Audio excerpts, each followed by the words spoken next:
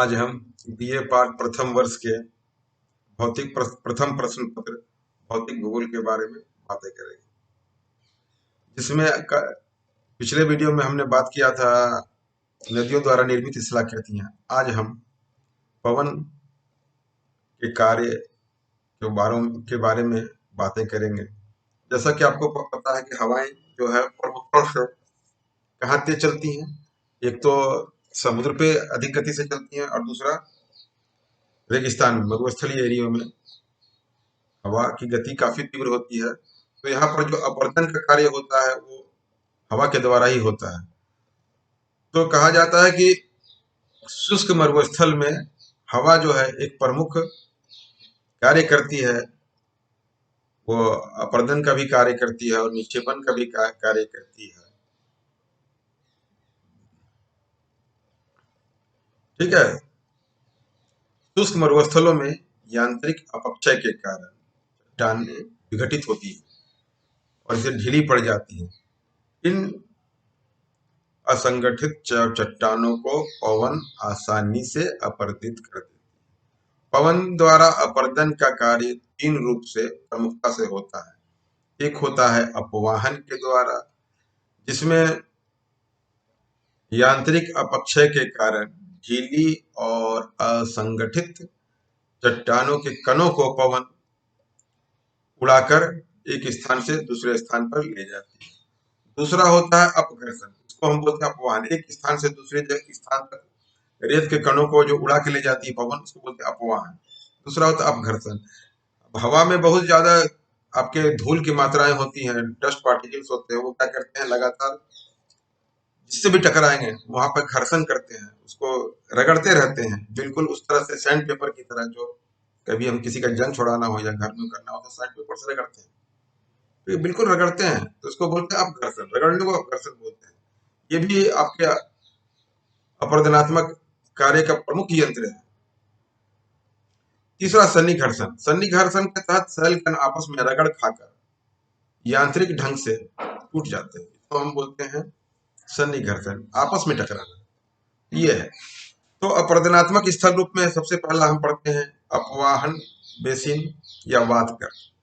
पवन द्वारा असंगठित तथा ढीले कणों को उड़ा ले जाने से निर्मित गर्त को हम अपवाहन बेसिन कहते हैं। चूंकि इन गर्तों का निर्माण पवन द्वारा होता है, इसे हम पवन गर्त कहते हैं। जैसे कहा जाता है कि नदियां अपने अपवर्तन का कार्य कब तक करती हैं, जब तक कि वो आधार तल को न प्राप्त कर ले। इसी तरह पवन अपवर्तन कार्य कब तक करता रहता है, जब तक कि पानी नहीं निकल जाए। ठीक है। तो ये गड्ढे बनाती है बड़े बड़े, खासतौर पे सहारा के रेगिस्तानों में, कालाहारी, मंगोलिया तथा संयुक्त राज्य अमेरिका के जो पश्चिमी शुष्क भाग हैं, वहां पर अनेक स्थानों पर इस तरह के स्थलारूप देखने को मिलता है। इंसलबर्ग। मरुस्थल में अपव्यय तथा अपरदन के कारण कोमल चट्टानें आसानी से कट जाती हैं, लेकिन कठोर चट्टानें के अवशेष ऊंचे ऊंचे टीलों के रूप में बच जाते हैं, जिन्हें हम इंसलबर्ग कहते हैं। इंसलबर्ग हम बोलते हैं रॉक आइलैंड। केवल एक छोटा सा टीला बच गया, बाकी जो आसपास का एरिया है वो समतल है। कैसे नदी में या समुद्र में टापू बनता है, एक छोटा सा स्थल ऊपर उठ गया, बाकी पानी पानी। तो इंसलबर्ग उसको कहते हैं जब कोई टीला उभरा हुआ रह जाए और बाकी जो है वो समतल हो, तो क्या कहलाएगा? इंसलबर्ग कहलाएगा।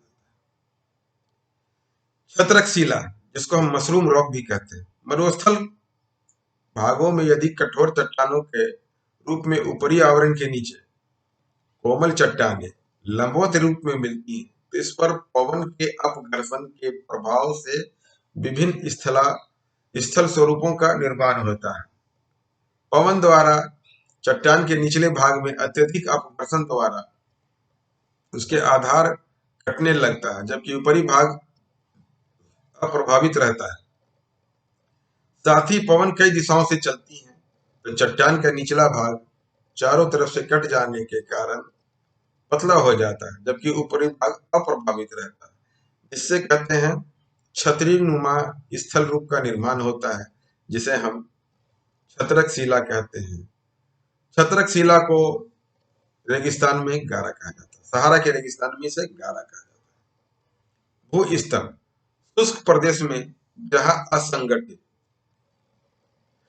तथा कोमल चट्टाने के ऊपर कठोर तथा प्रतिरोधी चट्टानों का आवरण होता है, वहां इस आवरण के कारण नीचे की कोमल चट्टानों का अपरदन नहीं हो पाता, लेकिन नजदीकी चट्टानों के अपरदन के कारण कठोर चट्टानों का आवरण वाला भाग एक स्तंभ के रूप में दिखाई देता है, जिसे हम भू स्तंभ कहते हैं। ज्यूगेन मरुस्थलीय भाग में यदि कठोर तथा कोमल शैल की परत ऊपर से नीचे एक दूसरे के समानांतर होती हैं, तो अपक्षय द्वारा वायु के अपरदन के कारण विभिन्न स्थल रूपों का निर्माण होता है। इन स्थल रूपों के ऊपरी भाग पर कठोर चट्टानों का आवरण होता है तथा ऊपरी भाग समतल होता है, जिसे हम ज्यूजन कहते हैं। यार्डन ये भी एक तरह की स्थलाकृति है। इसकी रचना ज्यूजन के विपरीत होती है। जब कोमल तथा कठोर चट्टानों की स्तर लंबवत दिशा में मिलते हैं, तो पवन कठोर की अपेक्षा मुलायम चट्टानों को आसानी से अपरदित करते हुए उड़ा जाती है। इन चट्टानों के पार्श्व में पवन के कटाव द्वारा नालियां बन जाती हैं, जिसे हम यार्डान कहते हैं। ट्राइकेंटर एक आकृति है। ट्राइकेंटर पथरीले मरुस्थल में सतह पर, अब देखिए मरुस्थल कई तरह का होता है, ये ध्यान रखिएगा। मरुस्थल आपका रेगिस्तानी मरुस्थल होता है, पथरीला मरुस्थल होता है। तो पथरीले मरुस्थल की बात करते हैं जो भारत में पोखरण के आसपास पाया जाता है। ये पथरीले मरुस्थल में सतह पर पड़े चट्टान पर पवन के अपरदन द्वारा खरोंचे पड़ जाती है। यदि पवन कई दिशाओं से होकर बहती है, तो इसकी आकृति एक चतुष्फलक जैसी हो जाती है, एक 4 फलक वाला आयत की तरह हो जाता है। इससे एक फलक भूपृष्ठ पर होता है और बाकी 3 फलक बाहर की ओर होते हैं, जिसे हम ड्राइकेंटर कहते हैं। जालीदार शिला मरुस्थलीय भाग में जब पवन विभिन्न संरचना वाली चट्टानों पर पड़ती है, तो कोमल भाग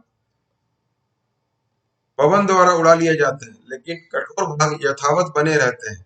इस प्रकार चट्टानों में जाली का निर्माण होता है, जिसे हम जालीदार शैल कहते हैं। पुल तथा खिड़की जालीदार चट्टानों में जब अपरदन के कारण छिद्र हो जाता है, तो आगे एक लंबे समय के उपरांत अपरदन के कारण एक छिद्र चट्टान के आर पार हो जाता है, जिसे पवन की खिड़की कहते हैं। जब यह खिड़की से होकर अपरदन द्वारा चट्टान का धीरे धीरे नीचे तक कटाव हो जाता है, तो एक मेहराब की आकृति बन जाती है, जिसे हम पुल कहते हैं। तो हमने इस तरह से पवन के विभिन्न स्थलाकृतियों के बारे में बातें की। आप एक बार किताब पढ़ के देखिएगा, उसमें बहुत सारे डायग्राम भी बने हुए हैं, उसको भी